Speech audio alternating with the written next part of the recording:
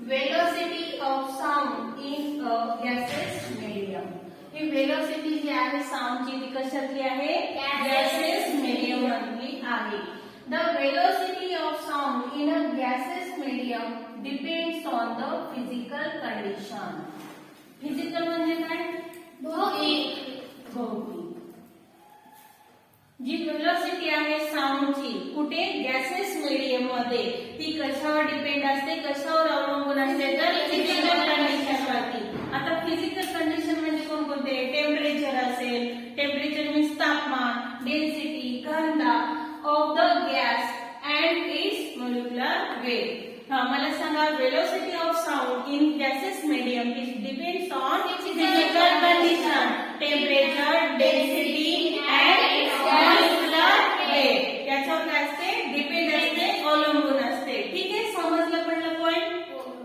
Next temperature.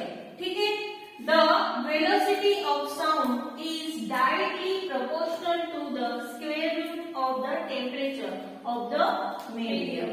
आता बघा फक्त इथं बघायचं ही काय आहे वेलोसिटी ऑफ द साऊंड आणि हे काय आहे directly proportional to the square route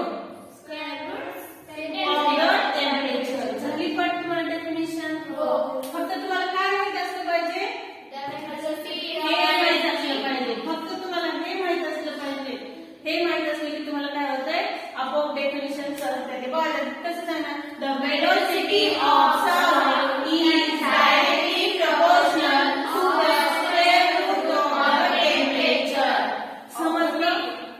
समजलं हे सोपं आहे म्हणजे एवढं पाठ करत बसायची गरज आहे का नाही. फक्त तुम्हाला हे माहित असलं की सगळंच येते. ठीक आहे velocity of sound is directly proportional to the square root of the temperature of the medium. समजलं. आता इथे एक पॉइंट दिले increasing the temperature 4 times double the velocity. जर हे जे आहे काय टेम्परेचर जर किती टाइम्स डबल झालं 4 टाइम्स जर काय झालं इन्क्रीज झालं कोण टेम्परेचर तर काय होते डबल्स द वेलोसिटी. जर आपण 4 टाइम्स ला टेम्परेचर वाढवलं तर त्याची वेलोसिटी कशी होते डबल होते. समजलं. कधी डबल होते जेव्हा आपण टेम्परेचर 4 टाइम्स मध्ये इन्क्रीज करतो तेव्हा वेलोसिटी काय होते डबल होते. सगळ्यांना समजलं. Okay next. नाही होत नाही टेम्परेचर बघा density. The velocity of sound is inversely proportional to the square root of the density. आता इथं पण काय माहित पाहिजे तुम्हाला फॉर्म्युला मेथड. हे इक्वेशन तुम्हाला जर माहित असेल तरच हे तुम्ही इझिली लिहू शकता. बघा velocity of sound is inversely proportional. हे कसं आहे इनव्हर्सली प्रोपोर्शनल आहे. Inversely proportional to the square root of the density. हे काय आहे डेन्सिटी. येईल मग आता लिहिली त्या वाक्यावरचं पाठ करायची गरज आहे नाही. बघा velocity of the sound is inversely proportional to the square root of the density. बरोबर आहे. चला नेक्स्ट. आता येतो धस. काय धस करायचंय फक्त धस आहे बघा. म्हणून increasing the density 4 times.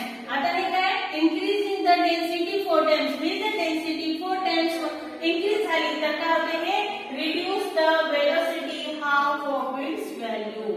काय होते त्याची वेलोसिटी काय होते रिड्यूस होते. इनव्हर्स प्रोपोर्शन आणि डायरेक्ट प्रोपोर्शन तुम्ही मॅथ मध्ये शिकले असेल.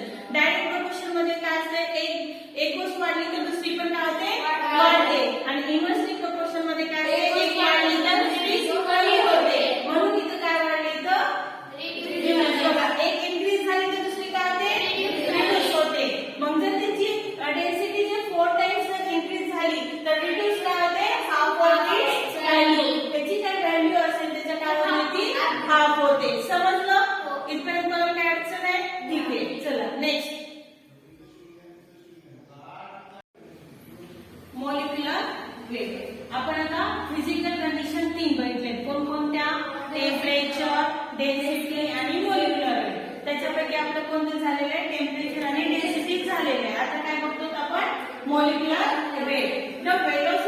of sound is inversely proportional to the square root of the molecular weight of the gas. बघा, velocity of sound is inversely proportional to the square root of the molecular weight. समजलं? Next, thus increasing the molecular